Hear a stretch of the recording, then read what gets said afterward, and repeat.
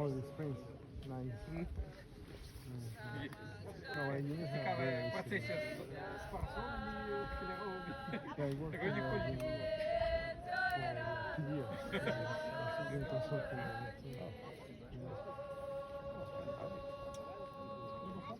Оставим его за инвентарь. Там помочь видно.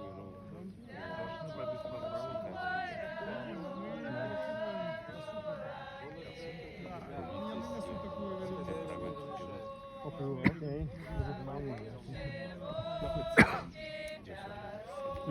Дима, мы не поднимемся или Дима? Тебе будет допомогти. Да, если пьешь, смотри. Кто хочет?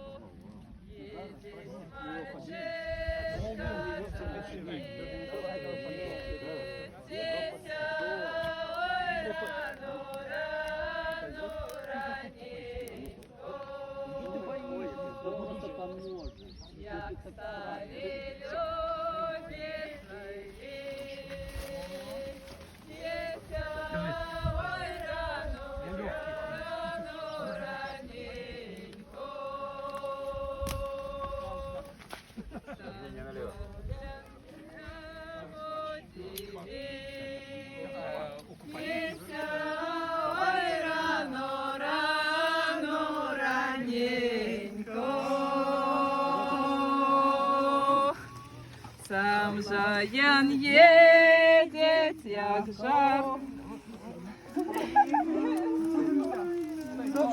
Стоп. Теперь князь мусить обрезать косу купалинки и закинуть ее на браму. Каб з гэтай косы на гэтую браму перайшлі усе магічныя ўласцівасці, і каб усе, хто будзе на гэтым полі, былі абароненыя ад всялякіх нячысцікаў. Князь, ось ён ужо обрезае. Косная коса. Ну, обрубить-то добре, а ще ж треба закинуть її туди.